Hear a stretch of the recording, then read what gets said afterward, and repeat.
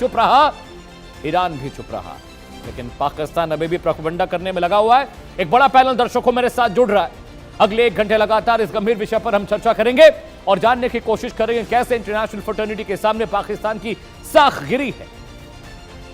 जी हां, स्वागत कीजिए कर्नल दिनेश नैन साहब का, जियोपॉलिटिकल एक्सपर्ट हैं। सर बहुत बहुत आपका स्वागत है, बहुत शुक्रिया आपने वक्त निकाला। जय हिंद।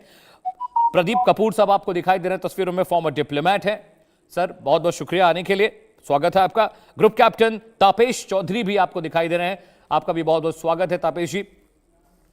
इसके अलावा हामिद खान साहब सीनियर जर्नलिस्ट हैं, पाकिस्तान से जुड़े हैं, उनका भी बहुत बहुत स्वागत है। सबसे पहले कर्नल साहब मैं आपके पास आ रहा हूं। कर्नल दिनेश नैन साहब, पाकिस्तान जो प्रोपेगेंडा रच रहा था पाकिस्तान के अंदर भी बैठकर और दुनिया भर के देशों में जाकर छाती पीट पीट कर वो कहता रहा कि भारत ने हमारा पानी रोक दिया, ये एक्ट ऑफ वॉर है, मानवता के खिलाफ है, ये तमाम नैरेटिव काम नहीं आया। न यूएन बोला, न वर्ल्ड बैंक बोला, ना ही उसका दोष चाइना। कर्नल साहब you are on mute. Colonel साहब अनम्यूट कर लीजिए। Can you hear me now? हाँ, लाउड एंड क्लियर सर, बताएं। देखिए, बोलेंगे तो तब जब उनके नैरेटिव में कोई दम होगा। भारत ने 2-3 चीजें बिल्कुल क्लियर की थी कि खून और पानी एक साथ नहीं बहे, क्योंकि ये ट्रीटी जो है, ये संधि जो है, ये बेस्ड गुडविल और फ्रेंडशिप के ऊपर थी। अगर आप उस गुडविल और फ्रेंडशिप को कैरी नहीं करना चाहते तो फिर संधि का क्या मतलब हुआ? दूसरा, इन 3 नदियों के अंदर से भारत ने, जो इनके पास में है, चाहे चिनाब है, झेलम है और सिंध नदी है, सिंधु नदी है, इसके ऊपर भारत ने कभी भी इनका पानी रोका नहीं है। देखा जाए तो इनका 20% हमारा इन नदियों में हमारा पानी है, लेकिन पिछले इतने दशकों में भारत ने एक बार भी अपना वो 20% पानी इस्तेमाल नहीं किया और वो इनकी तरफ बह रहा था। अब क्योंकि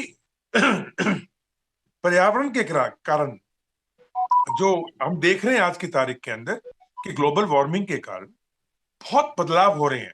देखिए, कब कब ये संधि हुई थी? 2060 में। 4 दशक तब के, 2 दशक अब के, 2.5 दशक हो गए। 6.5 दशकों के बाद जो जो जिस प्रकार से एनवायरनमेंट चेंज हुआ है, उसके अंदर सभी नदियों में पानी कम हुआ है।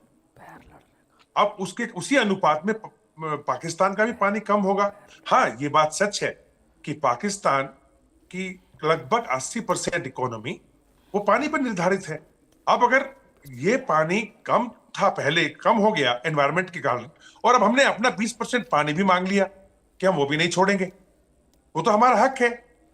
तो जो पानी की अब कमी हो रही है, जो किल्लत हो रही है और जो मिसमैनेजमेंट है, क्योंकि मेरा चौथा पॉइंट ये है कि इतने दशकों में जहां भारत ने अलग अलग तरह से अपनी एनर्जी के लिए डैम बनाए या प्रोजेक्ट्स बनाए, नदियां बनाई हैं, नहरें बनाई हैं, इन लोगों ने कुछ खाक नहीं किया, कुछ भी नहीं किया, पैसा ही नहीं लगाया इनकी इनकी क्योंकि जनरली वहां पे पाकिस्तान की आवाम को देखने वाली सरकारें तो कभी आई नहीं।